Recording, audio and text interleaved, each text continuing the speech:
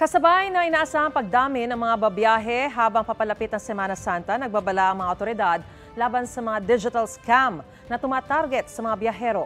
Live mula sa Quezon City, may unang balita si Bam Alegre. Bam, ano-ano ba ito? Maris, good morning. Pasimula na ang summer at mahal na araw na rin sa dulo ng buwan. Asahan daw na daragsa na rin ang mga biyahero, pati yung mga magtatangkap manloko sa kanila. Narito ang Street Hirit.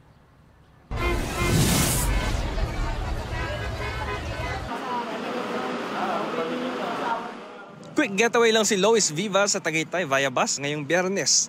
Siya ang taga-research ng barkada pag may mga destination o kaya travel deal na maganda. Ang diskarte niya maging masinsin. Matyaga po ako magbasa ng mga reviews po online eh. Chine-check ko po yung mga kung ilan pong stars, yung binibigay po ng mga nakapunta na or nag-avail na po ng service nila.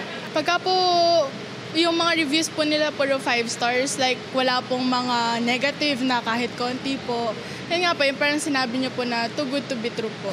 Ngayon magiging trending na naman ang travel goals. Ang mga masasamang loob, abala rin sa scam goals, lalo na sa digital na pamamaraan. May pwede ka na pagsumbungan sa pamahalaan kung makaranas nito. Inilunsad ang Hotline 1326 bilang bahagi ng Online Bantay Lakbay 2024 sa pamumunayan ng Department of Transportation. Kabilang sa mga digital scam na tumatarget sa mga biyahero ang mga peking accommodation, peking wifi, mga libre raw na bakasyon, peking pera, peking ticket at kung ano-ano pang peke. Pati nga luggage, ninanakaw at ibinibenta online. Kaya ayon sa bus driver na si Antonio de los Reyes, pagbaon ng presence of mind. Ano namin lagi, yung kami pag-ingatan at pagdasal na sa aming mga paglalakbay. Yun lang po, at saka yung mga gamit, ingatan, pagbababa na. Karamihan sa mga digital na travel scam sa mga mobile phone nang ihikayat o nambubudol. Kung too good to be true, i-block na yan ayon sa biyaherong si Bert Canaria. Ini-ignore ko lang siya, sir. Hindi ko sila pinapansin. Tapos tamang delete lang ng messages.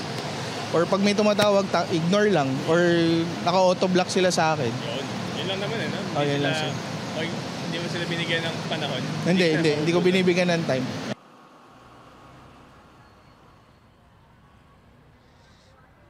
Maris, katuwang din sa proyekto ang DICT, ang PNP, Bureau of Immigration, pati na rin ang Philippine Coast Guard. Ito ang Street Hirit mula rito sa Quezon City. Bam Alegre para sa GMA Integrated News. Mga kapuso, para una ka sa mga balita, mag-subscribe sa GMA Integrated News sa YouTube. Sa mga kapuso abroad, subaybayan niyo po kami sa GMA Pinoy TV at sa www.gmanews.tv.